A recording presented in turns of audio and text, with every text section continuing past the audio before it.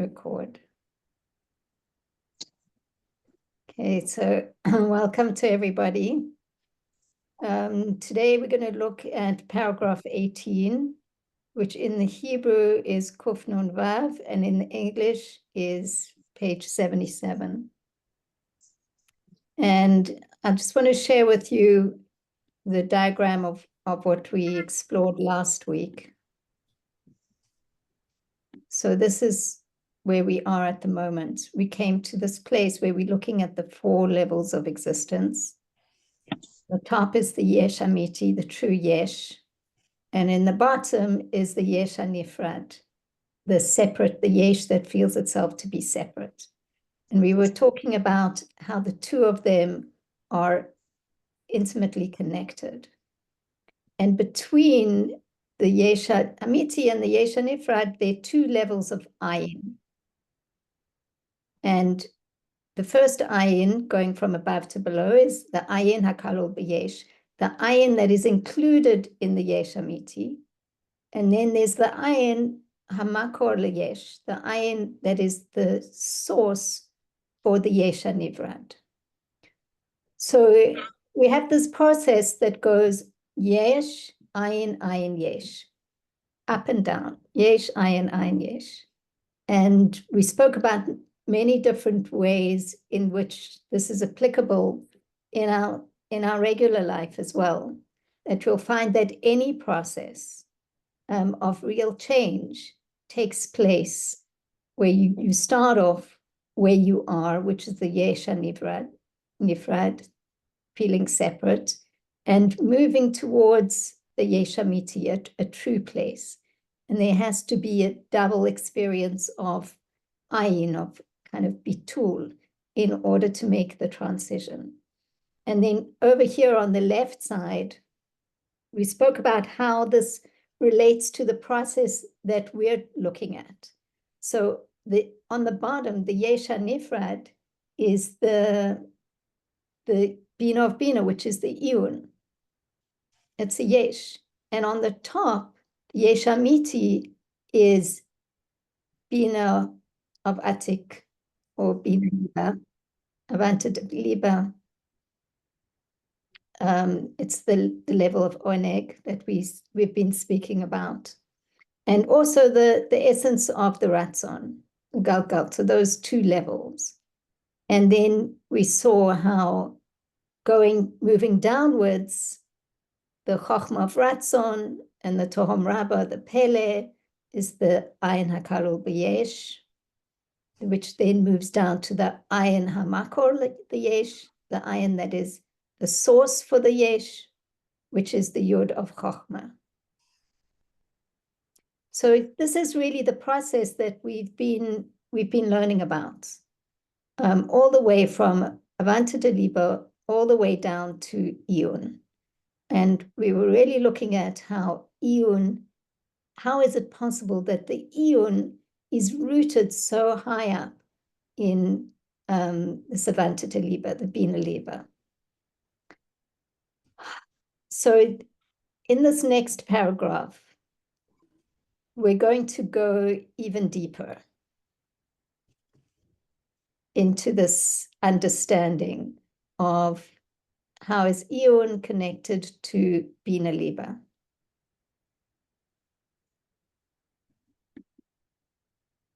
So I'm going to hand it over to Mila, and we'll go into the text. Yeah, just to prepare you a little bit, it's I really find this piece of this chapter, it's a little bit pat in the shoulder, right? It's right before the end piece.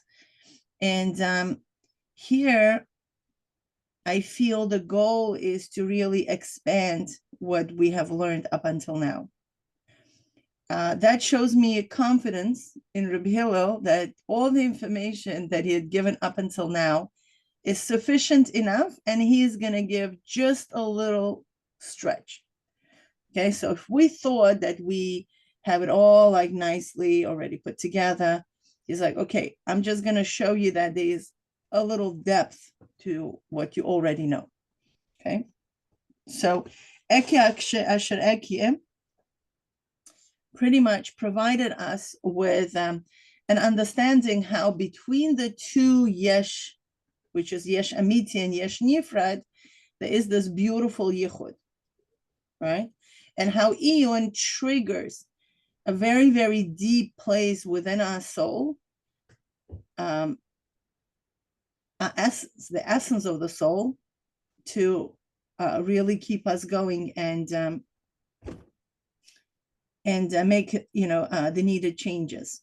Now, what he's gonna bring another aspect is the relationship between Omek Rom and Omek Tachas, right? Omek, we all know it's a depth, and within the realm of Ayin, there is this relationship as well, that the lower Omek, okay, activates the higher Omek. And interestingly, that is also being triggered by the process of Iyun.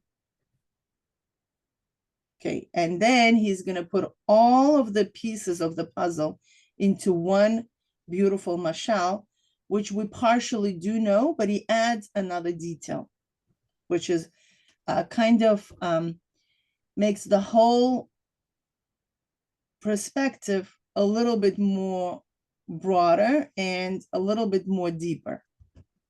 Okay, so with that introduction, we're going to jump into the text.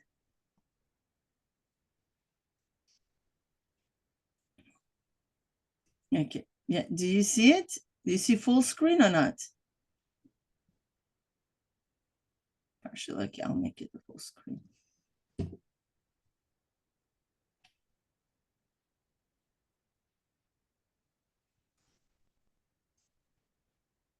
Okay. I'm sorry, just gonna.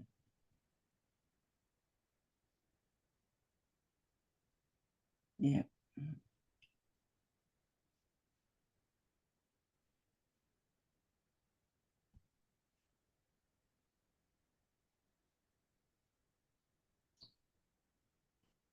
Okay, so we are right here. Be'im kol hanal, and with everything what we learned above, Yuvan ma'alata iyun, we'll be able to understand the advantage of iyun. Hanikra hisboinunus b'nun hakafel, which is called hisboinunus in this double nun, which is what? Shehu bechinas bitul v'kivutz hamakabel. That this is the aspect of bitul and kivutz. Kivutz is, we could call it concentration, of the makabel. Shemafshis es atzmai mimachshavasei, that he removes himself from his other thoughts. Umalbisha le'ayin, and he encloses himself, meaning his thoughts, into the iyun, b'mashalim ve'hizbeirim shekibel mirabai, into the mashalim and into the explanations that he received from his Rebbe. Shenaseh etzel Rabbah, that these hezbeirim and these mashalim were created by his Rebbe al yidei ha'iyun shelo, through his iyun. Okay, so we have this double iyun. You see how is he talking about? Is like, you're as a makabel are concentrating on the shalim and hezbeirim that you received from your Rebbe. Guess what? He was able to give it to you because he did his iyun. Okay, so that's where the double nun is coming in here. Canal, as it was explained above, shegam etzel Rava Mashpia shayach iyun, that also by the Rava Mashpia also there is an idea of iyun. Why? Is it like a regular iyun the way we know it? Well, it's a little bit different. It's be'ez sheroitze lahashpia daika. It's at the time where he wants to give shefa, where he wants to give the flow. Okay, when there is a makabel and he's like, okay, I'm giving it to you. Then he has to do iyun. And it's not at the time where he is involved in this intellect, in this seichel by himself. When there is no mekabel, his iyun process is not being triggered. Why? Can I ask you, why is it?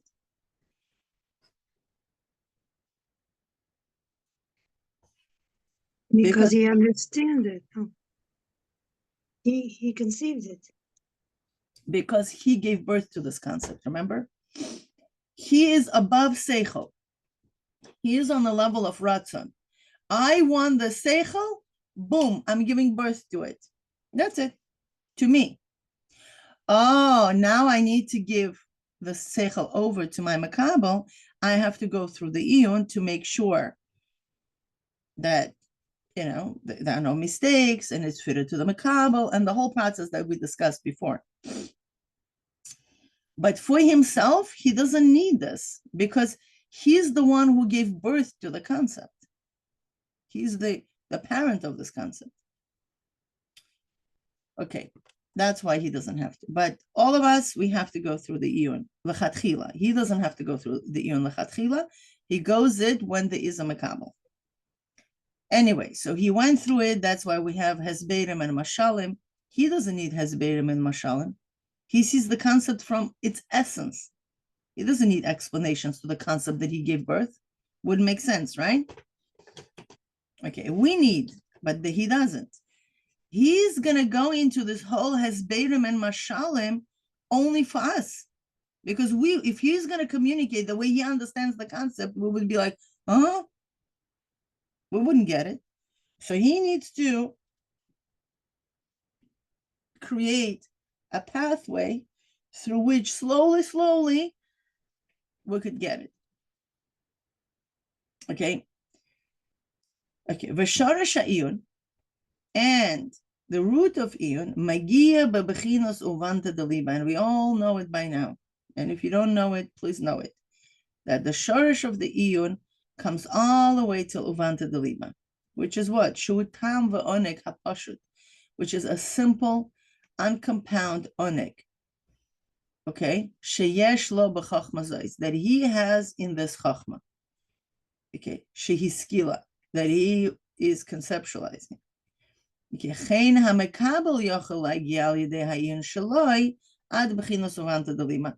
So the same way, also a makabel is able to reach his uvanta deliba through his effort, through his iyun, to the level of uvanta deliba.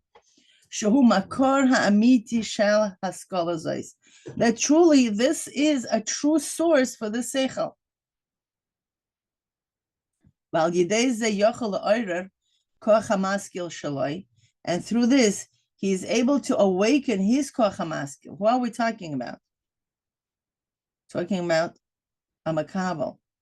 Okay, because through iyun, makabel awakens his koach hamaskil. Why not a mashpia? Because mashpia already did it without iyun. Remember, he's on the level of mamik. He just, for his ratzon, gives birth to the concept. He doesn't need to do iyun in order to give birth to the concept. We need to do iyun. Okay, but he needs to do iyun when he wants to give.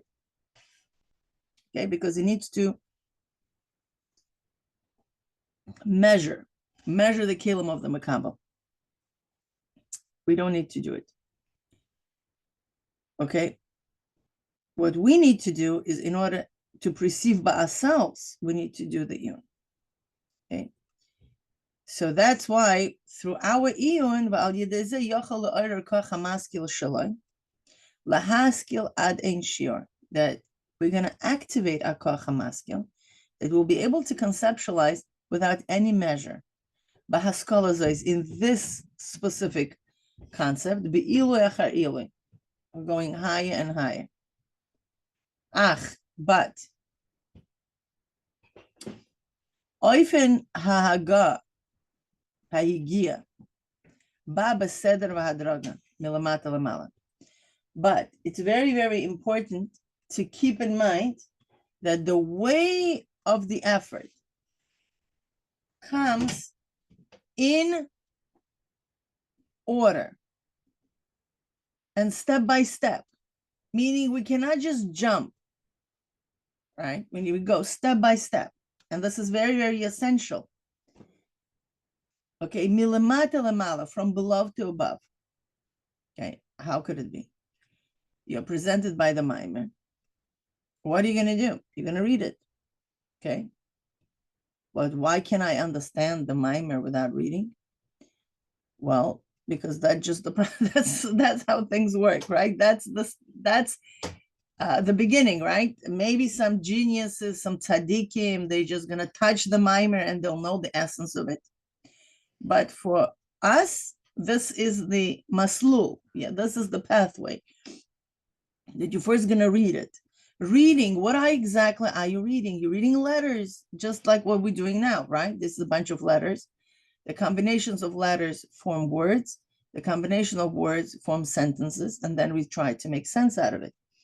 Okay, that's exactly what we're doing. This is the process. This is the process milamata lamala, right? We see something outside of us, okay, and we think actually that whatever is written here, it's outside of us. Everybody who sits in this room, Zoom room, 100% convinced that what we are learning now, it's something outside of us, okay? But it's not, okay? Because if we are awakening our koach hamaskil, the koach hamaskil is within us, okay? Anyway, milamata lamala, right? From below to above, shemitchila ba lidei amakas hadas. That from the beginning, what happens? We're first going to reach amakas hadas through our iyun, right? Which going to happen what? The amakas hadas is going to give us an opportunity lahamti chadoshes bebina, that we're going to get new insight into these explanations. Then all of a sudden we will find 125 all kinds of different mashalim for the same concept. And this is how my dishwasher machine works, and this is how that works. Now, these mashalim were not exactly here. They gave us 5 mashalim, 10 mashalim, but we could find many different mashalim where we're able to see the same patterns, what he's trying to explain here, in other things in the world. What does it show us? That we have certain depth in understanding of this concept, that we're able to see that reflection somewhere in the world, okay? And it's true. We could see it with things that when Reb Hillel was there, he wasn't aware of. For example, how internet works, how computers work, right? And all of a sudden we're like, oh, that's like downloading, right? You see a lot of, teachers all of a sudden using the word broadcasting, downloading, right? Where are they getting this from? Well, because that's how computers work, right? That's how technology works. That's how software, hardware works. And all of a sudden they're like, oh, that's a perfect mashal for this concept in godliness. That's why they're using this word. That means they have chadashes in the bina. Okay, they have a new insight in the bina, so they're able to bring new mashalim, but for the same concept. That's called the level of amakas hadas. Okay, meaning they're not bringing new insights in general into Chassidus. They're bringing a new insight into already existent concept. Okay, is that clear? Okay. Then another thing happens. If a person is insisting and he is going through this process of internalizing the bina and the letters and the mashalim, is going to bring more and more chidushim into this bina, then happens something beautiful. Then he comes into the level of mamik. Interesting. What does mamik? Oh, that's not just amakas hadas. It's not just going deeper into the same concept. No, you are activating a production of a new concept from your koach hamaskil, a new chidush, an absolutely new concept that this world is yet to discover. Okay. Lahamti chadashes be'or hachachma, to find a new light of chachma, atzma, and that will happen be'iloy achar iloy, higher and higher. Okay, that's beautiful. That's a very nice promise. I'm looking forward to that. Now Be ready. Fasten your seatbelts. We're gonna go on a journey. What do we do? What do we know up until now? It's something we already know, right? You've said it thousands of times, maybe not thousands of times, at least 5, 6 times. It's like, this is what's gonna happen to you. Amazing. We're ready for it. Hineni. Okay, now he says something very interesting, something very, very different. Not very different, but he adds a new dimension, a new layer of understanding things. And this is the idea of omek tachas. Okay, he's adding a new concept that this is the idea of omek tachas. What the idea of omek tachas? This whole thing that we just discussed, the process of us mekablim going higher and higher in this ladder, all this, what we just discussed, it's truly omek tachas. Okay. That its source is coming from Omicron. Okay. Canal, as we discussed above. Mila, can you just translate omek tachas and omek rom for people? Sure. It's a omek rum is, they have this drink called rum, right? I'm just joking. Okay, you take this drink and you go to omek rum, to a high level of consciousness. Okay, omek rum is deep omek. There is a lower omek and a higher omek. So now, just if you had issues with omek, it's just getting complicated. So we better just resolve these issues. Okay, well, that's interesting because in any depth, if you look into any space that's very, very deep, truly has 2 dimensions, up and down, right? So that's what is he talking about? The top height and the lower height. This concept in general of omek romek, omek tachas is used in a variety of ma'amarim to describe the lowest of low and the highest of high. Yeah, like omek tachas is when you really find yourself in a ditch, in like this worse experience where you we call it dead end, when a person just sinks in deeper and deeper and deeper and deeper, and he has absolutely no koach to do anything. It just sinks deeper and deeper and deeper and deeper. And all of a sudden, he will find a hard surface. What does it tell you? Right? What is it? It's the dead end. That's it. You can't fall lower than that.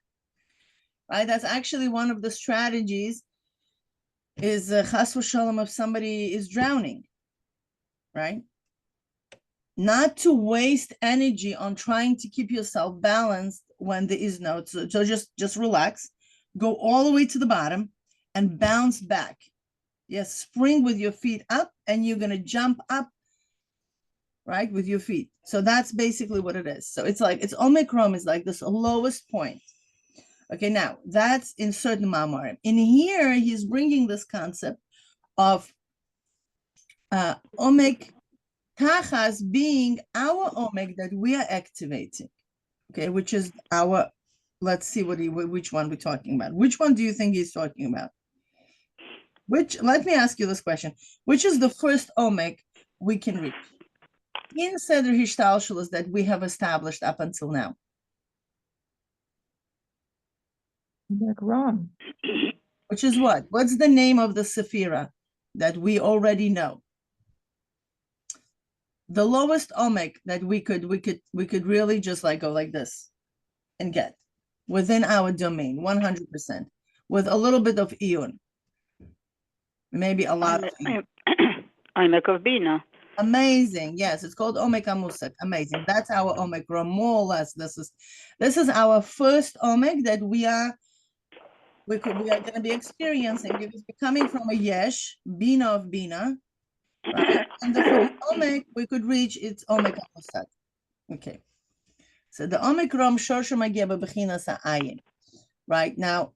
I'm sorry to interrupt, but You're not bringing a parallel to from Basi Lagani, Lamala Aden Kates, Lamata Aden Tachlis. It's not connected. No, I mean, it definitely connected, but we're not going to do that just for the sake of Rahmanas on everybody. Okay. No, we did not study. Yeah, but we don't want to. I'll tell you what it is. What really, I appreciate how Rabbi Hillel teaches because it helps me in my teaching skills. He does not overwhelm you. And I think this is very, very essential. And I've been teaching kids for, I don't know, 30 years by now, I think. I started when I was 16. Yeah, like 29 years. You know, when kids feel overwhelmed, it's like, forget it. They want to do something else. Nobody wants to be overwhelmed, right? It's a very uncomfortable feeling. Well, we are overwhelmed because, you know, that's what Hashem does sometimes. And there is a room to overwhelm a makabel. Usually when we want to overwhelm a makabel intentionally is when there is so much yesh, you can't get through to them. So you're going to say such a high concept, you break down the kalim, you shatter the kalim. Why you do that is you want them to have bittul, basically. Okay, it's like you're full of yourself. Let me just tell you something that even you will tell that you don't know. Okay, that's one strategy. It's really a conscious strategy, and Rebbeim do that, and Mashpim do that, and it works. But I don't think anybody here in this room, you know, it has like such coarse kalim, so we're not going to do it. We rather give bits and pieces, slowly opening up our mind, because we don't want you to run away, right? We know because there's life is so exciting. There are other things that you could do in life and feel overwhelmed. So why would we want to come bring you here and overwhelm you? So yes, you're right. That's what the Rebbe talks about it. But I think the Rebbe takes it a little bit a step further in that mimer that you're referring specifically for this year. But definitely these are the ideas. So now Omek Rom, we're going to go right here. B'zeu inyan Omek Tachas, right? Up until now, what we discussed, it was the Omek Tachas. Sheshor shemagia lemala mi Omek Rom, that its source is coming from Omek Rom. Okay, canal. The Omek Ram, the higher Omek, Shorsha b'bchinas ha'ayin ha'kol b'bchinas ha'yesh. Now, remember there's two ayins that we had. Okay, up until now, we were making a yichud between yesh amiti and yesh nifrad. Now, what are we going to do? We're going to make a yichud between ayin, the first ayin, the one that yet enclosed in the yesh, and the lower ayin. Okay, look what happens. Okay,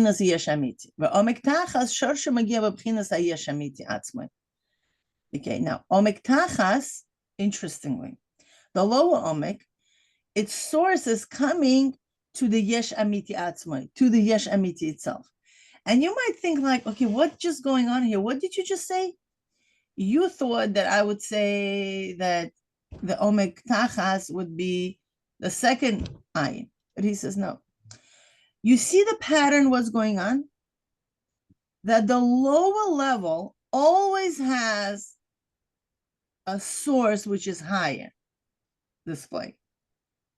Does that make sense to you? It's always like that.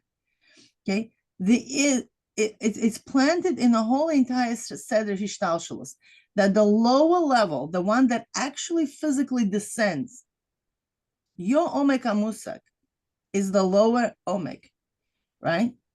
It's sourced in Yesh Amiti, not in Ayin Kalul B'Yesh. Why is so important? Because in order to go up against the stream, you need to be able to incorporate powers that are higher than your destination to make sure that you actually reach your destination. Okay. And therefore, because this lower omek is rooted truly in a higher omek, what it does, it has a power to awaken that omek rom to come into gilui. Otherwise, how can I explain you? Like, can you imagine My cleaning lady is telling me what to do. Yeah, like in the hierarchy of any organization, there is a top, and then there's a second, and then there's a third, there's a fourth, right? And then how can it cannot happen, right? Because I'm the head. How can she awaken me? But in reality, this is more or less what he's talking about. How can a lower level awaken the higher level? Well, it happens in godliness. Okay, it happens in organizations as well. Why is it? Is because the fact that they are on a lower level, that shows that they are sourced much higher. That's why Omek Tachas has the power to awaken Omek Rum. Does that make sense or not?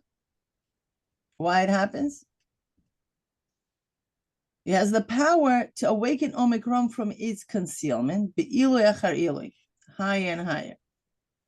Okay, Le'ein shi'ur, in an unlimited way. Shehu inyan koach hamaskil. That this is the idea of koach hamaskil, meaning our oimek, the lower oimek, awakens koach hamaskil. Well, how come? How could it do this?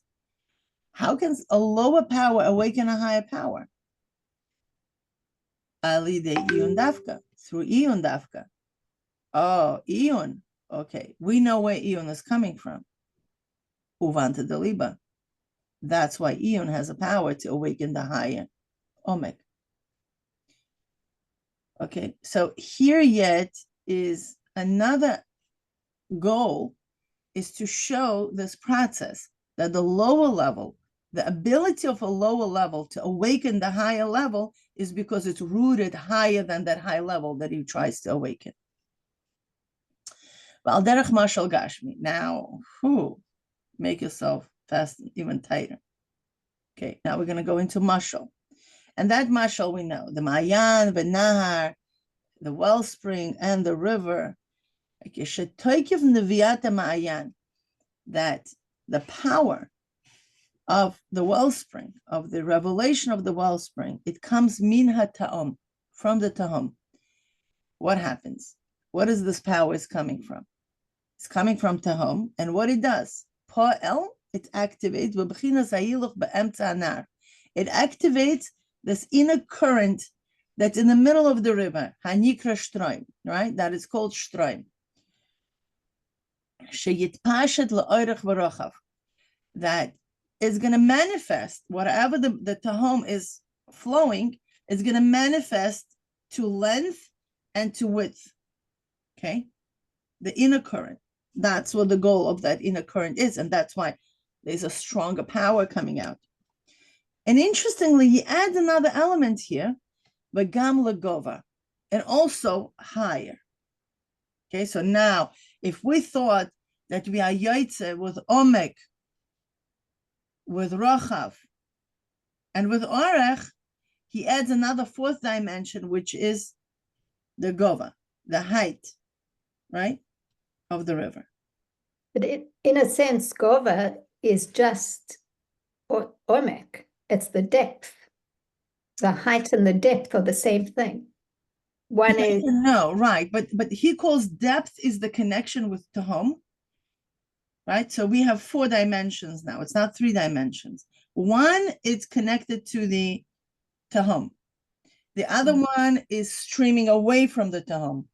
Then you have the width, and then you also have the volume of water climbing up. And you might think to yourself, who cares about this volume of water? Well, we care. Look what happens next. But in a sense, what I'm saying is that it's like the Omek Tachot and Omek Rom.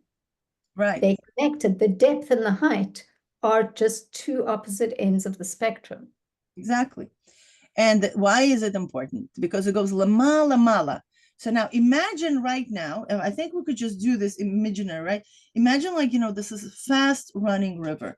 It's just running, right? And it's coming all the way from the Tahom, and it's just like going forth, right? And as it opens up and going forth, it fills up and it goes wide. Okay, and then it's so much water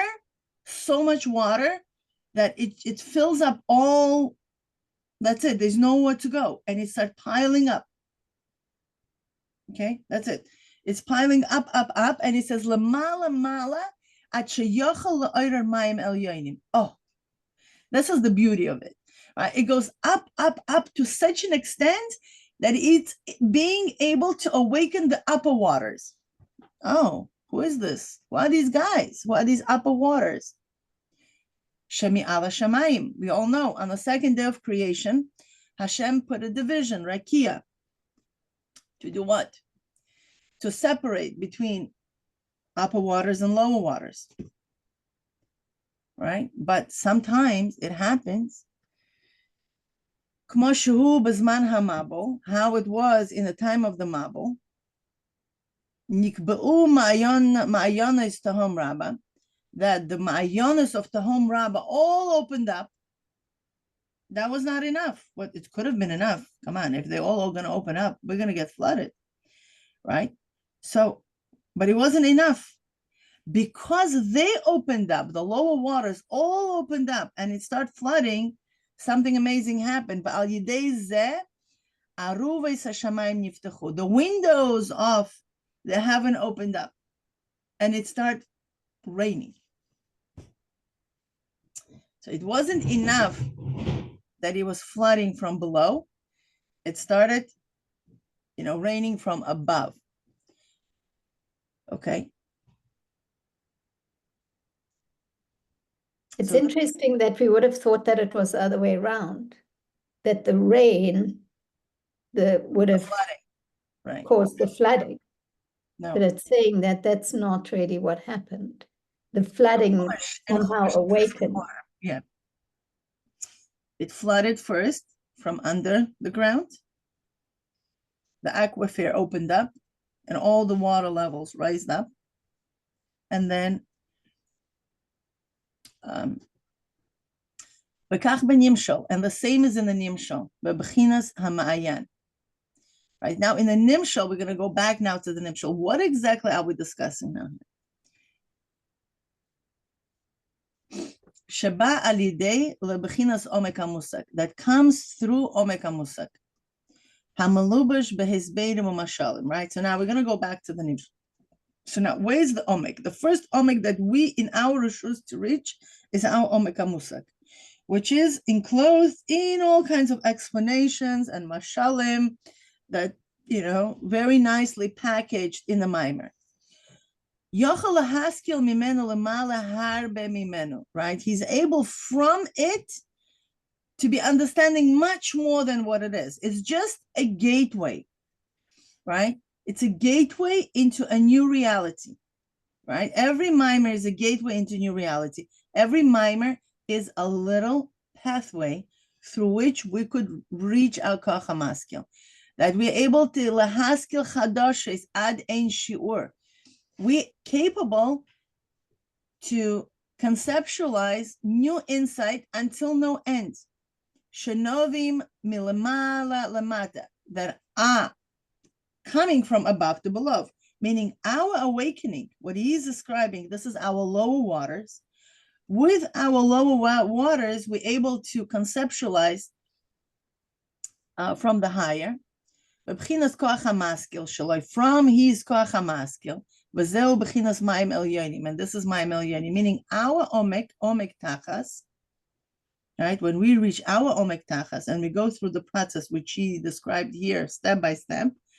Right now, he's making a whole yichud here, and from lower waters we are able to receive the upper waters. Okay, shalamala mirakia, that are above the rakia. Bechinas krumis, which is rakia. Oh, rakia now has an identity in our personal human being, right? Which is, these are our membranes, the krumim, the makifim legimel moichem, right? This is bechinas hakrumim hamakifim al hamoyach. This is the krumim that they surround. I'm sorry, somebody's by the door.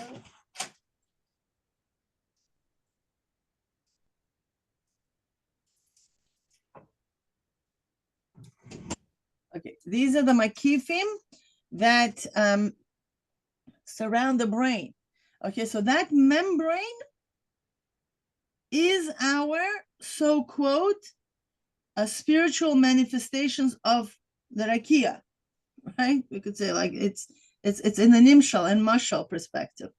So when they open up, when they become refined enough, we're able to receive from a much greater place. Okay, but inyan tahom hu bechinas mayim tachtonim. So now the idea of tahom is the lower waters. Sheyordu lislabish ba'afar haaretz, that they came down to be Mila, can you just stop there before you go into the parenthesis? Because I think that it's a very big yichud that he did there for us. He did, yeah. Right there, because he just introduced it, and they mashalim that we can understand. We all know about the flood, the Mabul, and how it happened. But the fact, I mean, what I see immediately, like if you just contemplate for a moment, there is the idea that the human being is a small world, and the world is a large human being. And he's just shown us that an example of this, where the rakia, they're upper waters and they're lower waters. And in the human being, one of the places that, and between is the rakia, upper waters, rakia, lower waters.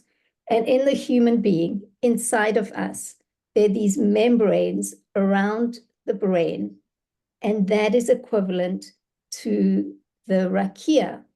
And the upper waters is the koach hamaskil, and the lower waters is our physical brain. Yeah. So, you know, like if you just think about that for 5 minutes, it can blow your mind, because you start to understand that Can you repeat that, Nuria? Okay, it's just what he said. He said, okay, we know the structure of the skull, then the koach hamaskil, the membranes around the 3 brains, and the brains themselves, right? You familiar with that, Gitti, by this point? I'm wondering. I mean, that's what we learned it back in, like... No, there's the membrane and there's the skull. There's the skull. How many levels are there? But between the skull... Okay, let's go the other way. We know that we have 3 brains. Chochmah, Bina, Das, right, left, and center. And then surrounding them is a membrane. Right. Above the membrane. It's a lachluchis. Yes, that's the koach hamaskil. And above that is the skull, which is the ratzon. Okay, so I didn't miss anything. Okay. Right. So now, what is he saying? This is equivalent in the world to upper waters, rakia, and lower waters. What is the rakia? The rakia is the membranes surrounding the brains. So what's the upper waters? The koach hamaskil. What are the lower waters? The chachma. The chochmah and the bina, the brains. That's the lower waters in this case. You know, it's the first thing, it's really the first thing that a child learns. It's aleph. The aleph is a line, which is the rakia, with a yud above and a yud below. The upper waters and the lower waters divided by the rakia. It's interesting. Yeah, it's interesting to me. We could have been satisfied with the mashal that he gave about the koach hamaskil, you know, through Tahom. Because if you remember, a few paragraphs before, he gave us this whole long mashal that Tahom and the Gidim are the level of koach hamaskil, Pele and Aleph and all that, right? A person might think like, wait a second, why are you doing this to me? Why are you bringing this whole upper waters and the lower waters and all that stuff? right? Anybody has that question? Like, what was wrong with this model that he gave us before, the mashal? About tahom. Beautiful mashal, right? Beautiful. You just need to understand the tahom. You flip it upside down. Beautiful. Why he all of a sudden comes with this new insight? It's like, you think you understood it? Well, let me show you something deeper than that, right? He brings us into this mashal, beautiful, this tahom is flowing into an amazing ma'ayan. You think you know it all, beautiful. To me, it's kind of saying is that there is a human intellect and then there's a godly intellect. In order to understand the human intellect, the mashal of tahom, ma'ayan, river, length, and width, it's enough. It's a beautiful mashal. You don't need to add anything there.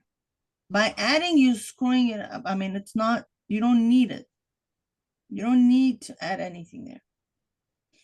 Now, why is he adding this element of gova, of going higher and higher and higher and higher and activating the higher waters?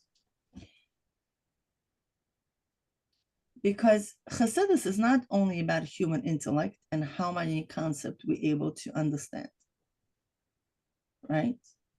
Chassidus is about godliness, understanding that there is this division between our personal perception, how we as humans, there's only so much we can understand. And although Tahom is a quite deep place, okay, it's amazing what we can do with Tahom. We need to realize that it's still a domain of lower waters. There's still this element of a bria, of a creation. As deep as we could reach, there is a limit to that as well. Maybe not to the quantity, but to the quality of our perception. But if we, reach our limit, we are awakening by this gova, by this water is being flooded. When we actually activate the flooding of the concept in our own brain, we're able to activate and go higher and higher and trigger the koach hamaskil of godliness to open up. Mayim elyonim to come down. Does that make sense? Because the ultimate is not about us experiencing the insight of our own intellect. The whole goal is that we're experiencing Hashem, because it's Yedias Elokus. The mitzvah that we spoke about all the way in the beginning is to know God. Obviously, that through knowing ourselves, we understand godliness. But then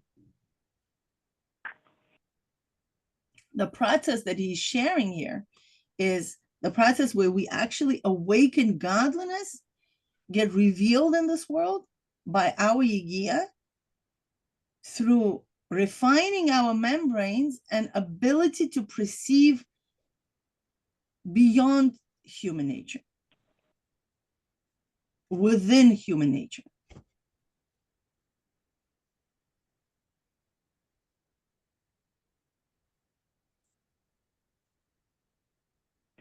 Mila, do you hear me? Yeah. I'm not yet understanding what this added. Did I not know all along that I have to use my Oimek HaMusag in order to go in deeper and access ideas that are beyond me? Right, but this was within the realm of Mayim Tachtonim. He's adding that dimension. You're right. You had, up until now, what's a chiddush here? We knew about Omek HaMusag. We knew about, Shtroim. It's not the first time he's telling this to us. We knew this mashal was a perfect mashal. That's exactly what I'm saying. It was a perfect mashal. Why are you adding this whole, Mayim El Yainim, the Shamayim, Aruvis Shamayim, and all that. Why are we adding this here? What is it adding? It's adding because it was beyond you, but it was within the realm of human. You understand? Really? It Yeah, was why within not? the If realm of you human know, all one second. along? Yeah, why not? Yeah, why not? Let's say you're going to go to university to study medicine. You understand that at a certain point you don't know everything. I don't know everything. I don't know how to build architectural buildings. I don't know. I don't know that chachma. Okay, yeah, it's within me. It's beyond me. I would have to do a lot of yigia, but it's within the realm of creation. All the chachmas of the world, it's within the realm of creation. Right? It's beyond me, but it's still within the realm of creation. All these ideas you were talking about, Pele and Aleph, they were all beyond us all the time. It's true, but I'm talking about, but it's beyond you, but it's within the realm of creation. But Mila, I would have to say that, and I'm being a bit controversial here to say that Gitti's point is a good point. No, it's a beautiful point. No, meaning No, like, she's in the middle, yeah. That it's actually not a point to be answered. It's really a point to say, I say to you, Gitti, go and reread, go and do Iyun into this paragraph. On this. See what you come up with. Basically that's what the Iyun is, to look into this and see what is the Chidush, to try and understand it. It's not clear that it's not exactly clear. And what Milas is saying is her understanding of what is the Chidush. Maybe if you do Iyun into it, you'll come up with a different understanding, because it's really he's really pushing the envelope here.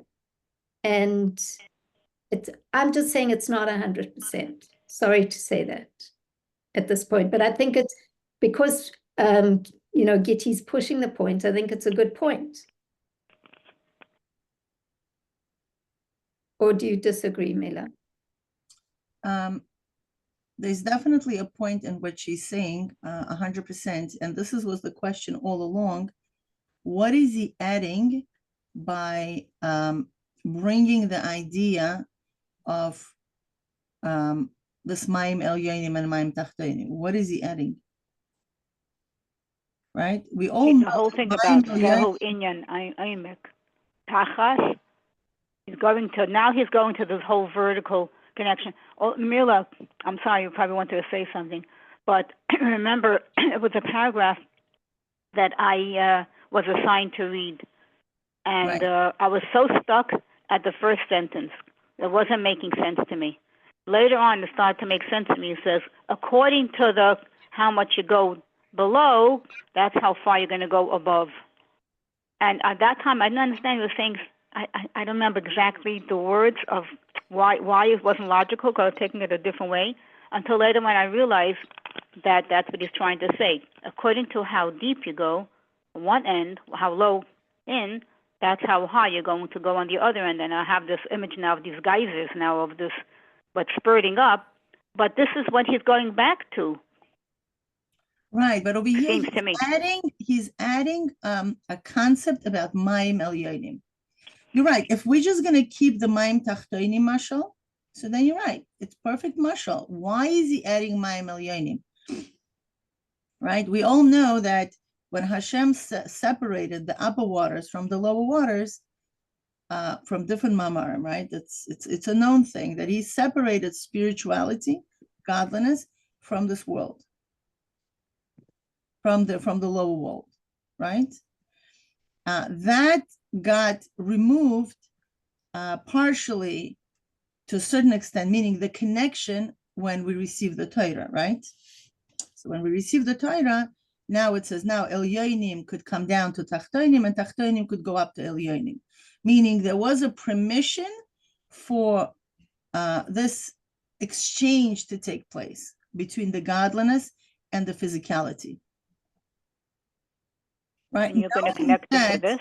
Exactly. So knowing that, him adding here, right, is just applying what we know from before into this, right? Knowing about the nature of Mayim Elyonim and in what context it's been used previously, not in this Maimer, but in general, right, in Chassidus, we could see like, what is he adding here? What is he adding by bringing this aspect about the Mayim Elyonim?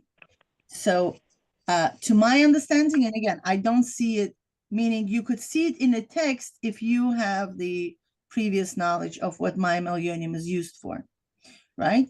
But to my understanding, why is he bringing this in this text is to show that in our Iyun process, the goal is Hashem, not the intellect, because Hashem is enclosed in the intellect, in this piece of Chachma. Okay, and since the goal is Hashem, and we're talking about Yediyas Elokus, he has to bring this in, because what we truly, the ideal, what we truly trying to do is to bring down the Mayim Elyonim to open up. Meaning this is a godly knowledge. It's not just an intellectual knowledge. Because if we're using the mashal of only Tahom, it's a perfect mashal. We don't need to add anything to that. That's how things work in this physical realm. If we are bringing godliness into picture, we need to add this aspect about Mayim Elyonim and Mayim Tachtonim. That will makes us become aware that we are talking about revealing godly knowledge, not just a knowledge. Well, we always talking about using the Koyach HaMaskil in the Omek HaMusag, right? Yeah, we are still. That's not a chiddush, right? No, it's not a chiddush. It's what concepts are we bringing in? Are we bringing in concept of lower waters? Or we're bringing concept of knowledge of God? You see the difference? If we would be just talking about the lower waters, then the mashal would be good enough. But if we're bringing, because the context of what we are learning this with is to know God, so he has to add that aspect. That's what my understanding to it. So, Mila, are you saying in a way, I mean, this was a question that people had quite some time back, that they asked, like, it seems like the description, this whole description of having that flash of inspiration, something comes from where?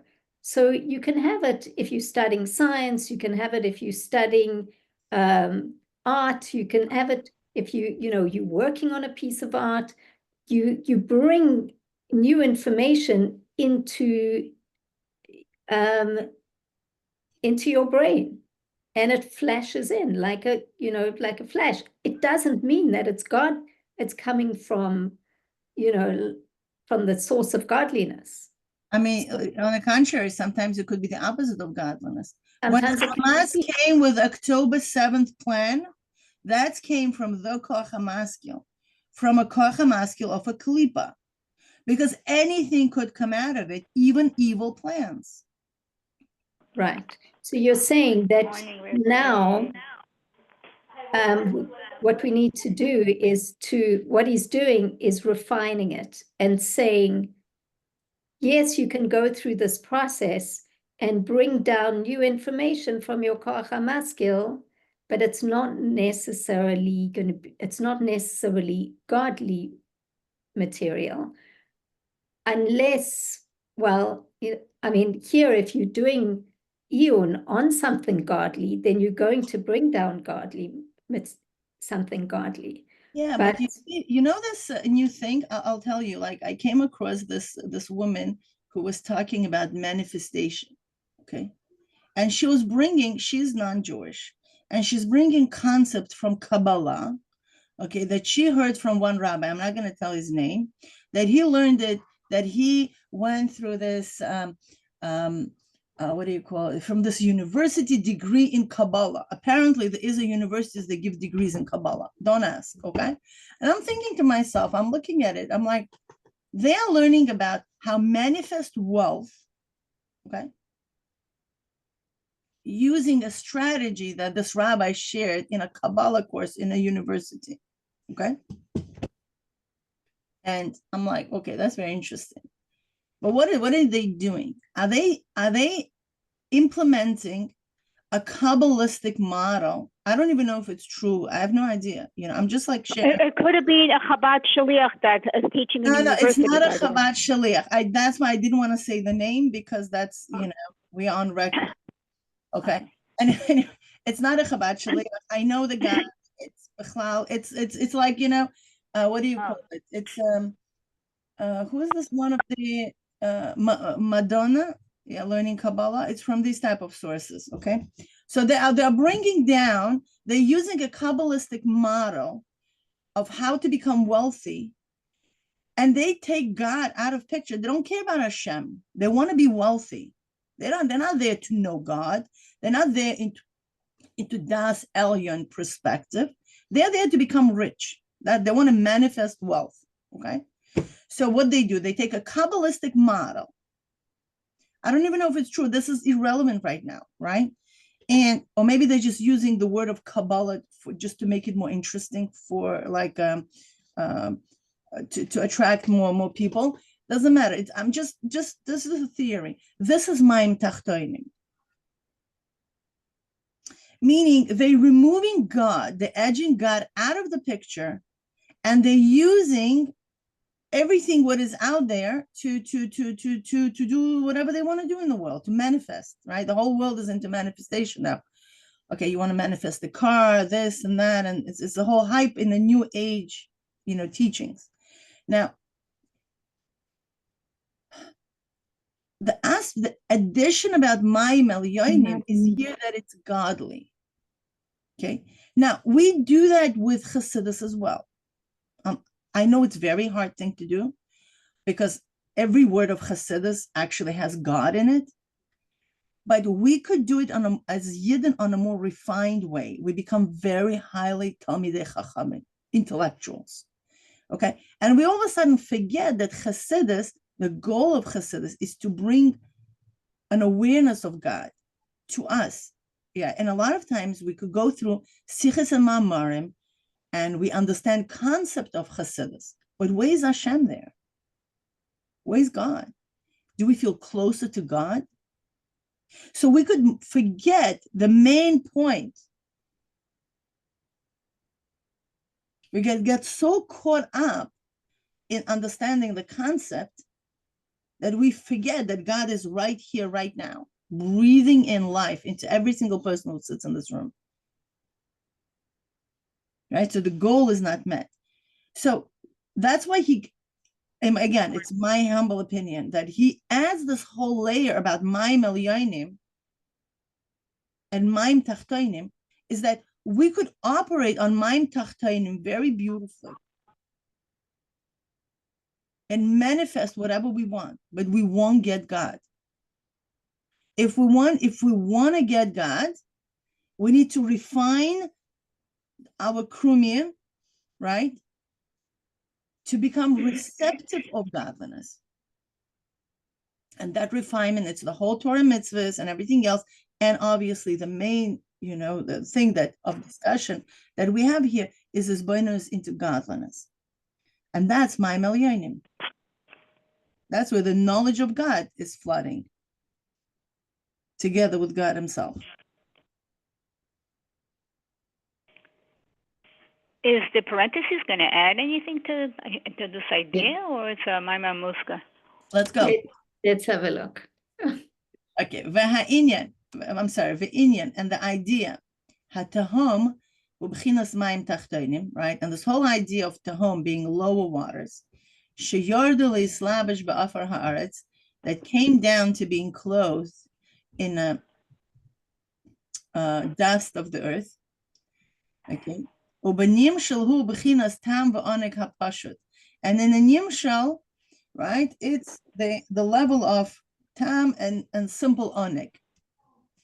Shabahaskala, that's in the haskala that he has. Shazel amitis mausa chochma, that this is the true essence of chochma. Shu nikru uvanta deliba, which is the essence of chochma is also uvanta deliba. Yeshu lemala mikoach hamaskil, which uvanta deliba is above koach hamaskil. Ubechina zois himu lubeshet beoisias debina. And this aspect of uvanta deliba is being enclosed in the letters. Okay, if you remember before we said that Mashpia doesn't have access to this level unless he does Iyun. What do you think he does to do Iyun? In Iyun, he encloses it in the letters. That's why he activates his Tam V'Oneg in this, whatever he's doing, okay, in this concept. So his concept is being enclosed in these letters. So the letters are coming from this level of Uvanta Deliba. Shehem hamashalim ve'esberim, these are the mashalim and these are the explanations. Shehem tiarav, that the Rav created. V'lachein omek hamusag, and therefore omek hamusag, shebemekabel, that omek hamusag, that we as mekablim, shebal yidei ha'iyun, that comes through the iyun ba'oisius, in the oisius hanal, okay? So meaning when we are working with ICAs, we are working with Uvanta Deliba of the Mashpia. Does that make sense? Shem kodugmat ma'ayones hab'akim min tehom. That these letters are like ma'ayones, like well springs that are coming forth and they're breaking through the tehom. From the Tehom, I'm sorry. That they are the ones that are awakening the opening in our membranes that surround our mind. Okay? That gonna bring forth the new chachmas mikoach hamaskil, from koach hamaskil. Lahaskil le'ein shiur, to be maskil in unlimited way. V'zeu kudugmas arubis hashamayim. And when we do that, when our krumias are refined enough, right, that we're able to receive that light that comes from our koach hamaskil,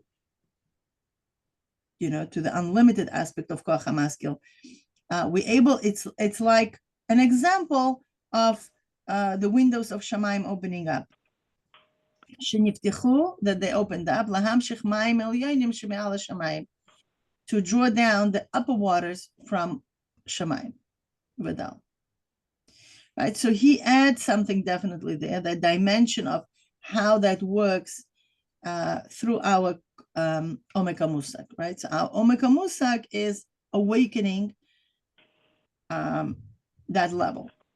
But what triggers that awakening is the ICAs, right? These are the letters of the Rebbe. I think for me, what he also adds there is that that the letters originate in the level of Avanta Deliba. Yeah. Which is, I mean, I guess only later he really explains what that could mean, because we think of letters as being in Bina, but he's saying, in a way, he's making a yechud between the letters in Avanta Deliba and the letters of Bina, of Iyun. I think that he's making like another case for how Iyun, and Bina, which is very much connected with the level of letters, can awaken Avanta Deliba, because Avanta Deliba on some level is enclosed in letters too, has the level of letters. But he doesn't explain what that could mean, because, doesn't quite make sense that there should be letters in the level of Avanta Deliba. No, the letters are coming from that level. Right, but we think very, like if we go back to what is the definition of Bina, it's letters. Even Right. Chochmah is without letters. And now you're saying Avanta de Liba, which is much, much higher than Chochmah, has letters in it. Oh, no, he says that the letters are coming from there. He didn't say that that level has letters. Has It sounds letters. like the letters are opening, that they're serving as catalysts for the opening. He says over here,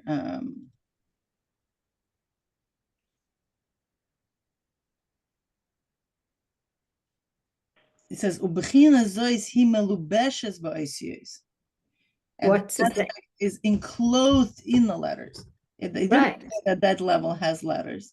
It How says, can it, what is the difference between that it's enclosed in letters and that it has letters? no, it's a big difference. Because when we say something is pashut, it doesn't have letters. That's the whole beauty of it. There is no letters there, but yet it's being enclosed in letters. That's a high level of potential. It's simple. It's enclosed in letters, but yet if you open, it's like a Flintstone. Flintstone doesn't have fire, but it's a source for fire, right? If you break up the Flintstone, you will never find even one spark there. But yet when you strike it, a spark comes out of it, right? So that's the potential. It could be cold, it could be frozen in the freezer, or in the depth of the ocean for centuries, right? You open it up, you take it, you strike it, the fire is there, but there's no fire inside. So the same thing is here. It's enclosed in letters, but it didn't say here that it has letters. Okay. But also, it says it's enclosed in letters of Bina, so it's not enclosed on that level at all. Right. It's enclosed on the level where there's Meshalem and Esbeirim. Right, but And then when you use the letters, when you go on the level of letters, then it's over up there. So he's going from up down and then down up. yeah.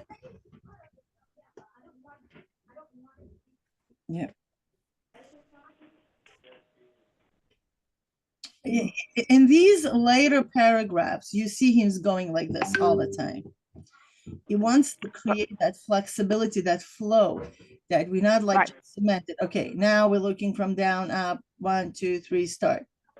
And then now we're looking from down, up, 1, 2, 3, start. No, he's making like yichudim, up, down, from top, the lowest one, from the lowest one to the top ones. So yeah, these are like a little bit, I don't want to use the word harder, but it makes it harder for us. But when you come back up, you didn't come up the same as when you went down. You're saying you have Askalas Hadashes. Exactly, yeah. So you do have a new insight, but Ain't sheer. With no limit. Yeah, with no limit. Yeah.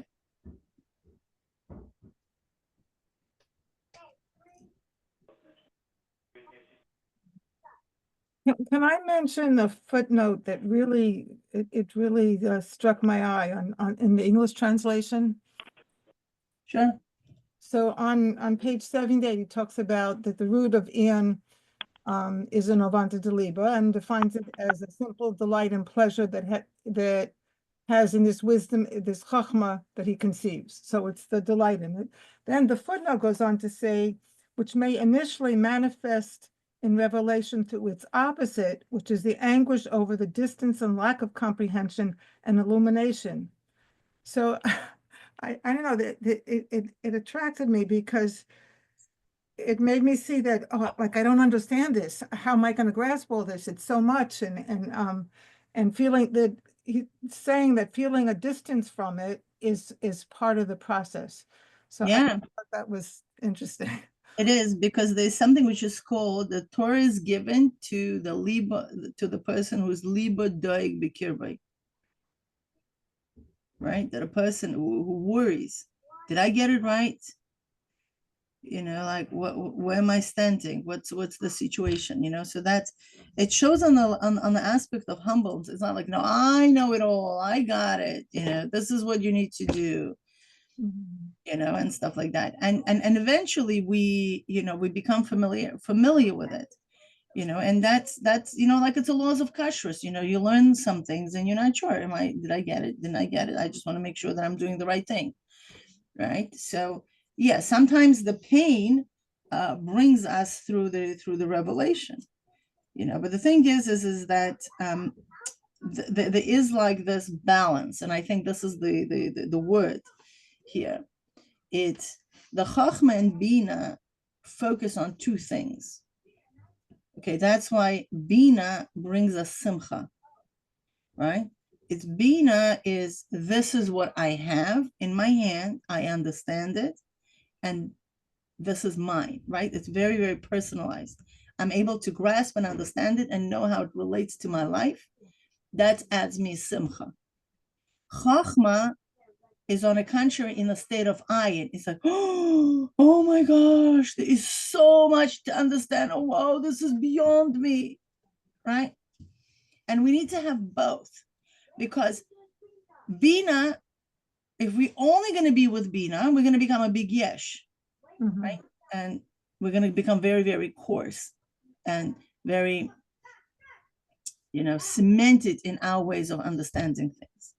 That's why we have a flesh of Chachma to give us this hafla, to give us this like, whoa, there's so much beyond me that I don't get it, right? And obviously that's going to come with, feeling uncomfortable in certain levels, right? So we need to have both, because if we're only going to stay in the state of Chachma, we're going to get depressed and we just go, okay, we're not going to do anything, right? Because if you all the time concentrate on what you don't have, on what you don't understand, right, you never be able to serve Hashem with simcha. Right? So you need to have this both things. That's why they are one on the right and one is on the left. There are two poles pulling in exact same proportion. The more you don't understand, the more you're happy when you understand it. So it's like, it's like this going back and forth. And the das, that's what keeps us sane between the two levels, knowing what to give at what proportion. That's what we call it unbalanced. A balanced person, it's somebody who is happy with his accomplishments and knows what he needs to accomplish. It doesn't get like, sidetracked or deformed, becoming super egoistic or totally depressed. I'm nothing, I'm nobody, right? There has to be that balance between the two poles. So is that somewhat where you were going with the whole idea of Mayim Elyonim, that no matter how much our intellects can grasp and how good we get at it, that there's always there's always more, there's always that higher level, there's always that godliness that we don't. Right, but it's coming through not not coming from this depression. It's like, oh my gosh, no matter what I do, I will never grasp it. This is, beyond me. That's a despair. In godliness, there's no room for despair. In godliness is that I know I need to, like, there's Ein Sof, but I'm intimately connected with that Ein Sof. So that's why it doesn't overwhelm me. You know what I mean? There is this essential connection that we have, that the whole journey is the destination. The journey becomes the destination. Do you know what I mean? Like it's when the female energy merges with the male energy, right? The males, even like biologically during the conception, I don't know if you watch this videos, it's fascinating. They are on this competition. The male cells are on a competition. Who's going to get to the egg first? Right? It's all journey. And the egg is just sitting there waiting. She doesn't do anything. She's just is, right? So everything comes to her. Everything is done for her, right? We see that she's just sit there, and all the sperm cells are going all the way up in the competition. Finally the one gets in. Okay, amazing. The destination is reached.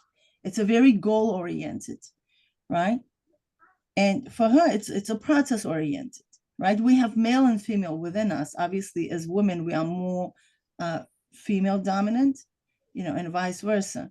But it's all happening within us, right? The chachma is a male energy. The bina is a female energy, right? And the malchus and the sphere is the zah is male energy. The malchus is a female energy. Whatever, but it's interestingly, we are in a generation of malchus, which is a female energy, right? We see that in the world, there's more expression of that. The essence, I have everything, what I need within me already. This is the expression of essence. I don't need to do who knows what. Like, I'm not goal oriented. Everything is here. At the same time, we do have goals because we need to do our avodah. But the goals are not coming that whatever I need are outside of me. They're not outside of me. They're within me. I'm revealing them. So there's much less anxiety in this avodas Hashem than it was before, right? Like, I have everything what I need to accomplish my mission in this life. I'm just uncovering it. Yeah, it's not like, oh my gosh, I don't have, and I'm outsourcing it from outside of me. Yeah. Hashem is within us. And with this whole idea of koach hamaskil, all this, we see that everything, even if it seems to be outside of us, but it's within us. It's a perception that it's being outside of us. But it's all happening within us.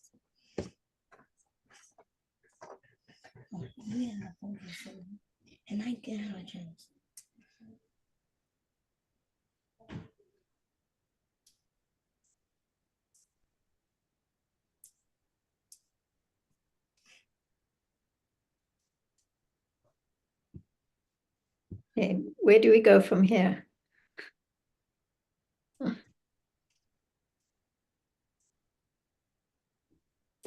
I just ask something? Sure. Is like the whole purpose of all of this to refine the membranes so that we can access the koach hamaskil?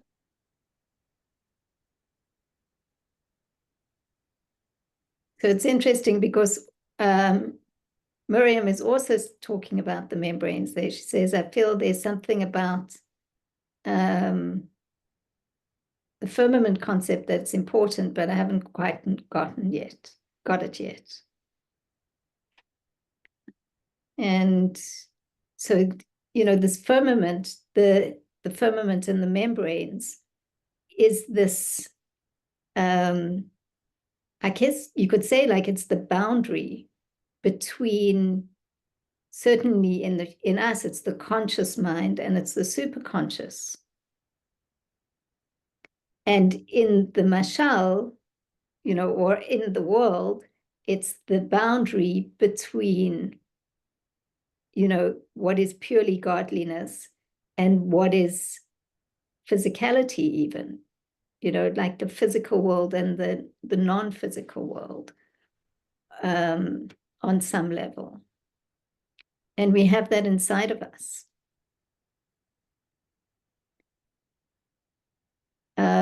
Is part of the process is refining that membrane.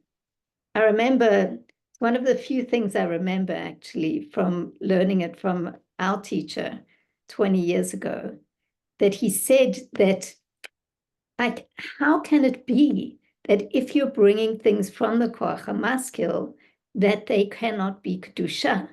And he said it's because it gets stuck in the membranes. It gets distorted in the membrane.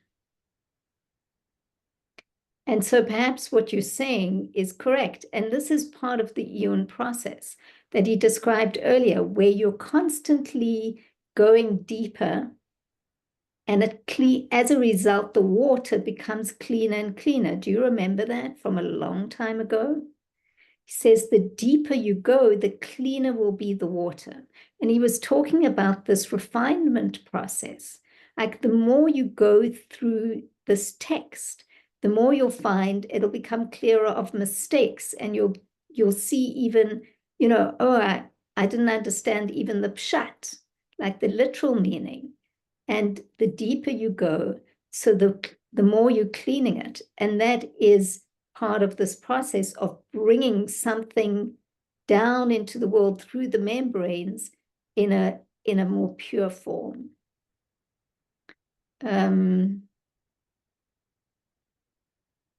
So that's how I can respond to that based on, my understanding and what I learned. Does that answer your question, Yoni?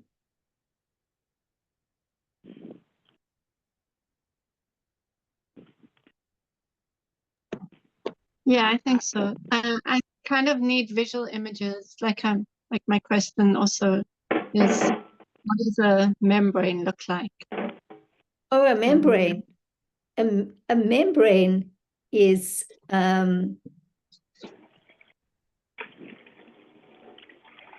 I think a membrane for me visually is like a loosely woven piece of material where you have,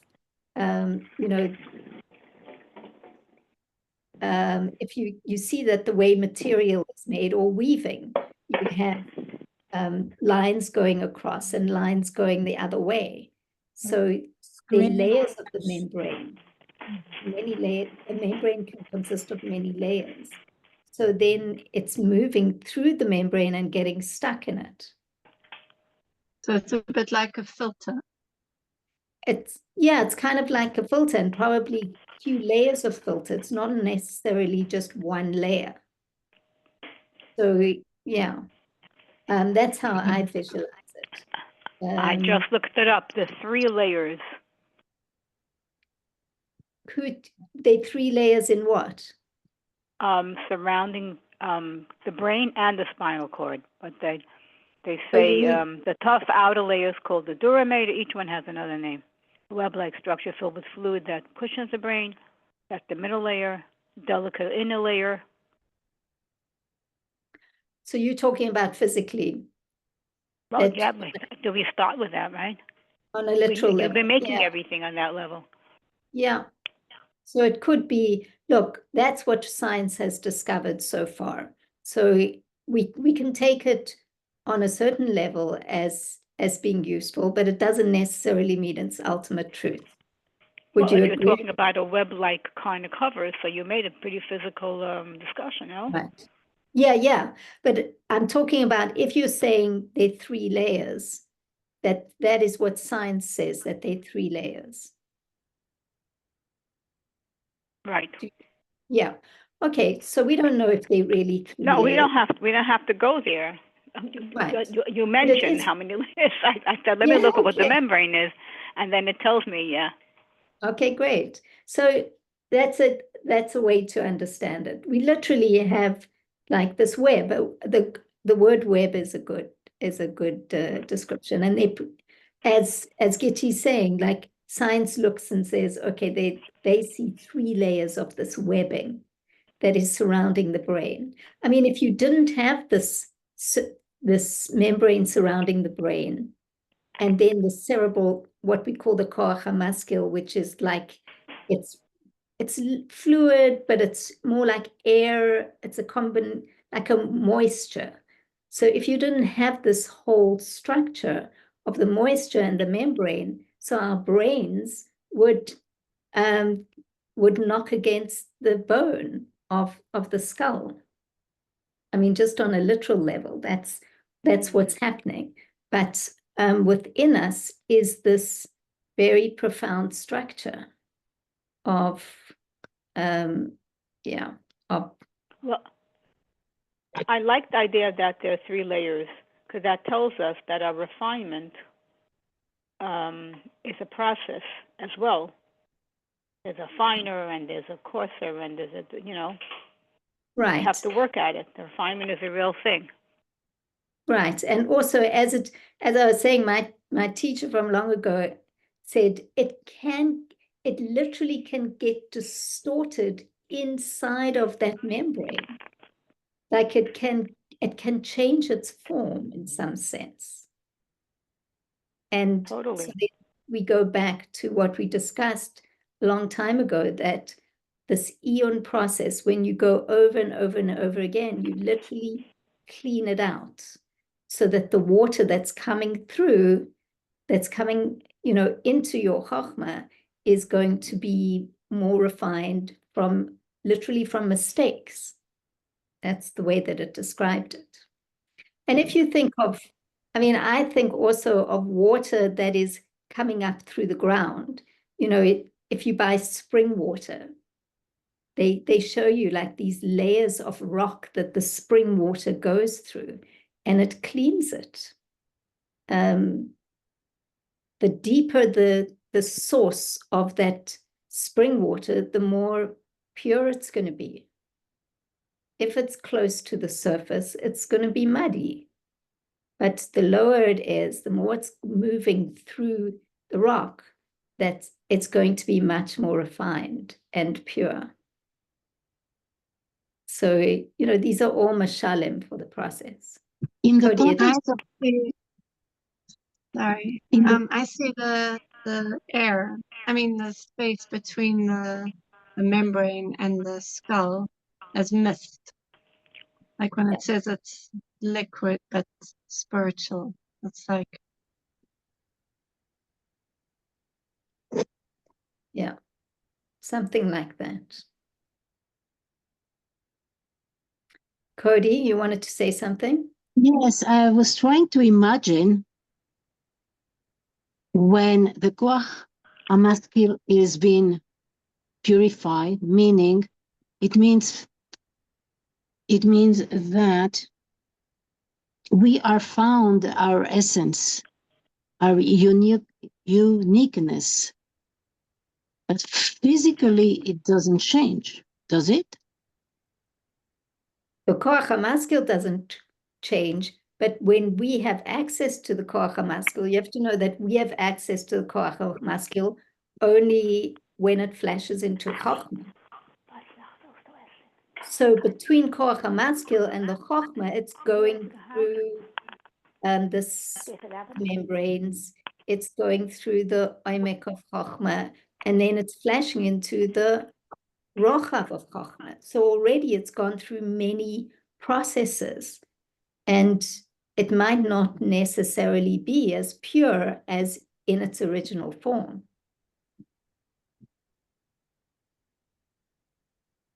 In this context, the word pure, I don't get it. The pure meaning that it can change its form. Like I might be doing a meditation on something and I get a flash of insight. And to me, it feels like that's like the ultimate truth. But that really depends on, it depends on the level at which that flash came from. Now, when you're talking about the tzaddik, they even, in Tanya, so now I'm thinking like, okay, the tzaddik is bringing the information down as opposed to us bringing the information down. But they're also different level of tzaddikim. So perhaps, different level of tzaddikim have different levels of access to, to the truth, to the essence of the truth. And in Tanya, it says there are endless levels of tzaddikim. So, the purity of the concept, it could, I don't know how to say that. Okay, an easier question. I want to verify that I got the right writing on the right place. The rakia would be in the skull. Is that what you said? No, the rakia, this is what we've been talking about. The rakia is the krumim. it's the, what's it in English now? Membranes. The membrane. Yeah, The Rakriya is the membrane. okay. The Koach HaMaskil is the high waters, Yes. You So, could say but I see, yeah, you could say the membrane is like a soft skull, maybe. No, I don't think so. I mean, whatever. It's not the skull. The skull is harder. Because between the membrane and the skull is the Koach HaMaskil. just a minute. Between the skull and the Koach HaMaskil. Oh, it's the upper, no. Okay, yeah. It's the, okay, I see, membrane, yeah. It's, okay, membrane. Look, this is something that we learned back almost like in paragraph 5, is this basic structure of the skull, the Koach HaMaskil, the membrane, and then the brains. Yeah. And that's something, that pshat information is necessary in order to understand any of this. It needs to be very clear. Can I ask something? Sure. The whole concept of like awareness or spirituality or in being enlightened by godly kind of revelation, it seems as if that is within our skull. I mean, I would have thought that there was something above Koach HaMaskil that is that we have access to, that is a knowledge that is very private, and like you were saying, it's not easily accessed, and different tzaddikim have access that themselves. I can't understand it being in the Koach HaMaskil. So, I'm not sure exactly what you're saying, but I'll answer to one point that I hear.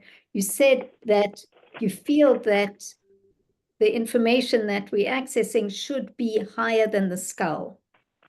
So what is the level of skull corresponds to what?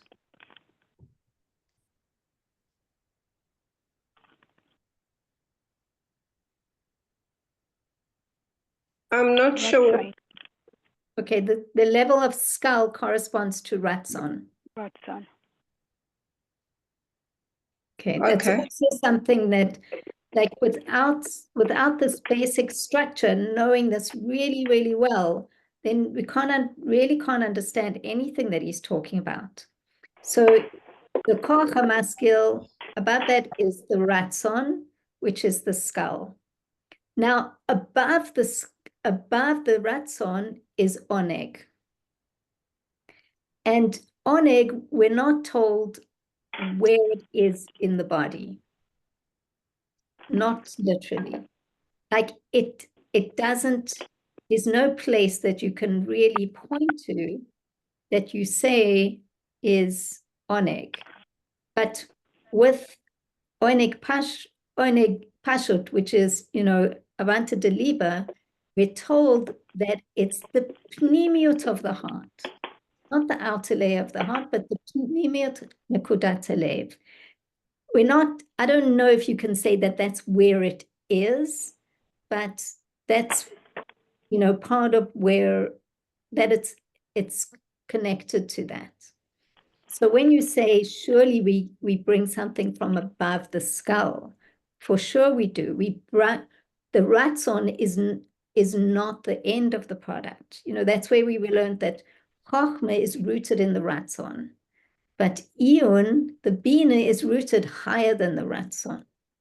That's a lot of what we've been talking about the last few weeks.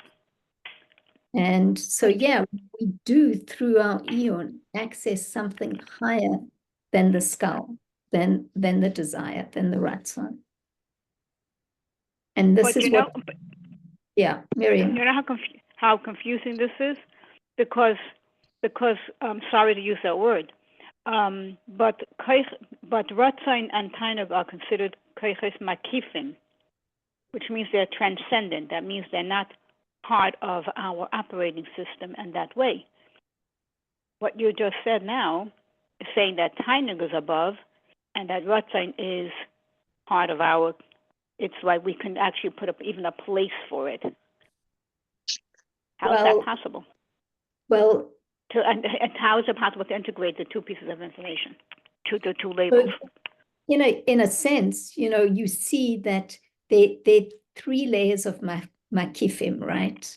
You see it even, you know, in the in the Mishkan, that's covering the Aron are three layers of material. They represent the three layers of makifim. Three? There are three layers of materials that cover the Kodesh. And yeah, there are three. Whoops. There are three, yeah, because those represent the three makifim. So the Ratzon is the lowest level of makifim. And look, the skull is makif. It surrounds the brain. It creates a, you know, it's the galgalta. It's the you know, like gal is like it's like a circle that's surrounding the brains. And that's the lowest level. Then there are two higher levels than that. So I guess you could say, and I'm only guessing because I'm not, you know, I'm just saying what the reality is. We know that Galgalta is the Ratzon. It's just, you know, that's Chassidus Kabbalah. And so I guess the lowest level of the Makifim manifests on some level. But it's not in a way that you can feel. It definitely bears further study. Also, I think, Neria, could you just check if it's three covers or two covers? I think the Mishkan had two covers. It has three covers. And I actually just Googled and I came up with this article. It talks about two covers as well. There are three covers as far as I know on the... I just opened up something that I remember two covers. And the name of this is two covers and two purposes for the Mishkan in some article. I don't think anybody's going to say differently. Even if, okay, you know, I'm bringing it as a mashal. Maybe, you know, I could be right, I could be wrong. You probably learned something about it. Maybe, you know, it's in your head from something. Anyway, we know that Keter has three layers to it. What are the three layers? There's Ratzon, there's Oneg, and in some places I've heard that the third layer is Emunah. But so I don't know if Amun is a layer. I think Amun is another thing that's makif, but not as a layer that goes together with the discussion of Ratzon and Eineg. Okay. All right, there's a mainly discussed, you know, two layers, Ratzon and Oneg. But then it's divided, you know, there's a pneumius haratzon, there's a chitzonius haratzon, then there's a pneumius of oneg, then there's a chitzonius of oneg. And there's always, you know, these levels, but generally there are two that are brought down. Right. So okay, so it's still this needs further study. Why is Ratzon called makif, and yet there's a parallel in our skull, or is the skull just used for illustrative purposes? Makif. 1 second, but the skull is makif. It's makif for the gimel makif, meaning makif is not necessarily something which is outside. It's more of a source for, but yet it's not enclosed. Meaning it's enclosed and not enclosed. I guess the key word here, it's enclosed but not caught up. That's what makif is. Not caught up in? Yes. For example, the koach of the vision, it's enclosed in the vision, and that only vision could come out of it, right? It's more restrictive versus a ratzon for the vision. You see the difference? There could be a ratzon for running, ratzon for breathing, ratzon for hearing, ratzon for the vision. It's more versatile. Yeah, this is, I guess, the right word for it, versus Vision. Vision is only to see. It's more metzumtzum. The makif is no metzumtzum. You know, all Right. koiches, it's more metzumtzum. Well, it's not measured. Makif is not measured. Exactly. Chachma is only for chachma. Bina is only for bina. This is only for, you know, it's like It's a vessel. In other words, these are vessels, and Ratzon is not a vessel. Exactly, yeah. But we're putting it in a vessel. We're putting a gegolta, but you're saying it's not really that kind of vessel, something like that. Golta is not really about, it's a ratzon. That's where everything is streaming from. It's a ratzon for anything that brings pleasure. Yeah. Meaning there's a relationship between the ratzon is not on its own. That it's a Well, ratzon. it's a koyach. Is it a koyach? Ratzon, I'm not sure if it's a power. No, it's a light. It's a, you know, in general, we're really running a little bit. In a third chapter, we're going to talk about more of this division between or, chayus, and koach. Okay, this is the 3 layers type of expressions. One is an expression of the light. The other one is an expression of chayus, a life force, and the other one is an expression of power. Is ratzon is a power. If it's caught up, so specific thing that power. So you could use the word koyach, technically. It depends. You know, yes and no. It depends for what. If it's probably if it gets caught up in a particular ratzon for this, right? But that could very easily be changed, you know, because ratzon is koach hamakiv. And just by the way, Gitty, I'm looking it up here, and I'm seeing that there are 3 covers on the Kodesh HaKadoshim. There are 3 covers? Yeah. On the Kodesh HaKadoshim? Can. Or the whole thing? On the whole, on the Kodesh HaKadoshim, not the on the Kodesh HaKadoshim. On the That's whole. so interesting. What do you mean? Because it's not a separate cover? It's the Kodesh and the Kodesh HaKadoshim together. That there are 3 covers on it. Does it list what they are? I can send it to you later. Yeah. I mean, they're different, there are 3 different descriptions of each one. Each one is very detailed. And you see, like, it's for, you know, it's, for those who know, supposedly the Tzemach Tzedek wrote a very detailed description about, you know, the Mishkan in general, how it corresponds to the different sfirot in all its details. Obviously, you know, it's obviously very detailed, each pin and, you know, all of those things. Anyway, I was just bringing it as kind of like. I knew you were taking it from somewhere. You weren't just taking it out of a vacuum. Oh, I know. I can be wrong as well, but I'm looking it up here and I'm seeing that there's definitely 3 layers. And I always understood that it's the 3 makifim, but. And meanwhile, I looked up about the makifim, what lashon you use with makifim. So you have koyches makifim, you do use koyach, and sheikram koyach haratzin. Interesting. Okay. Yeah. That the ikar that you consider would be ratzin, maybe tainik, because ainik is already higher. Okay. Anyway, these things, you know, look, this is the iyun, is to go deeper and deeper into it.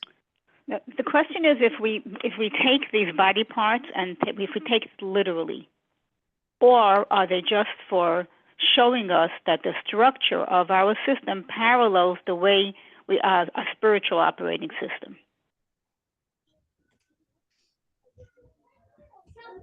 Well, you know, I'll say that there's a pasuk, I guess it's from Gomorrah, that says, you know, a person is a small world and the world is a big man. So, you know, there's certainly the more subtle aspects of it that are real. For example, it describes in Tanya, how the Sefirot manifest in the human being as, Chesed, Gevurah, certain way of Chesed, Gevurah, Tiferet. It's so, the Chesed of a human being is not the same as the Chesed of Hashem on the level of Atzilut, but Right. it's a mirror. So now, Right. why would we think that the physical body is also not a mirror? Like, it's not. It is. No, it is. No, it for sure Yes. is. Sorry, my whole form is From my flesh, I'll know God. is a parallel of the divine operating system. That's yeah. Even But the reason is we it? have five fingers and 2 arms and 2 legs, and our whole structure is Tzelem Elokim. Right. But yeah. So that's where it gets a little tricky. Like when we start making it more physical, or is it just What parallel? exactly the question? What do you want to make? Why do you think we're making it physical? I'm thinking, like when we talk about Golgotha is a very, very high level in Elikus, and yet we're saying that it's my little brain is there's the Golgotha right there. Who do you think created It's it? like it's bone, it's bone, like. But is this well? No, I know that the Nefesh Elokis resides in the Mayach. Right, we know that the right side of the heart and the left side of the heart and all these forces, and that all takes place on a parallel level within our system. We do a whole body. If you put on the lab table, it's all going to be different parts of godliness. So. But I never knew about this. We never learned about the parts of our brain structure, and then that there's krumim there, and that's maskil, and then there's a Golgotha around that. That's already much. This all is new to me. Right. That's because I never studied this before. I think, there's a big difference between coming from a level and that level creating it versus being caught up with it. You see, that's good. You know what I mean? Like, this is the level manifest in this, and we know Hashem's essence is being manifested in this world, but Hashem is not caught up with us. Hashem says, "Ani havai lo shiniti," right? I didn't change. I am the way it was from before the creation, after the creation. This is the fundamental principles of Chassidus. So how are we wrapping our mind around it, that we do not cause change in creation, yet we bring nachas ruach to him? So these are the opposite concepts that simultaneously coexist. So this is the greatness of Hashem, that Hashem could create the world, run it, and yet be above it completely, to such an extent as if this world doesn't exist. So it exists and doesn't exist at the same time, right? So okay, now take that into the way we think. Exactly. So when we really understand how Hashem, but at the same time, Hashem creates mitzamtzem, his will, his essence, to such an extent, it's actually coming, the tzimtzum is coming more from the essence than any other revelation, right? That's what we learn in Bas Lagani, that this Yecholis is a higher Yecholis within the godliness. But at the same time, it's like a whole Right. So my question is, makif means that it transcends, which means it's greater than being able to enter anything.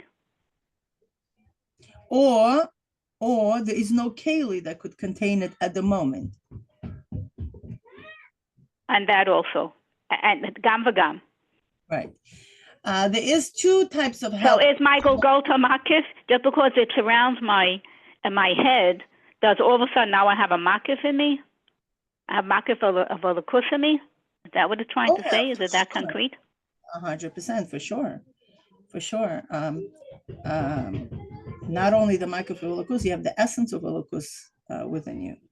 The essence for sure, because the essence doesn't need form. Chelek elokam mimal. and the mimal what? Mimal hishtalshelus. So that makif. Giti, it's interesting that you say you're okay with the essence, but not the ratzon. But, you know, and you said, we say the ratzon is in the bone, but what is bone in Hebrew? Etzem. Right. There we go. Because it's derived from etzem. Right. In other words, there's different levels. You know, everything is true depending on which level you're going to go climb to view it from there. It's like the view. Are you going all the way top of a mountain? When you middle of the mountain, you have views everywhere. But of course, when you get to the top, you got the best view and the biggest view.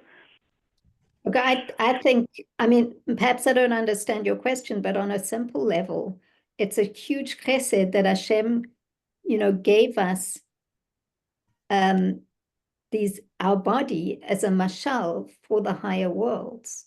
Because otherwise, how would we have access to understanding such abstract concepts? We just wouldn't. Right. So the structure is helping us to understand a larger structure.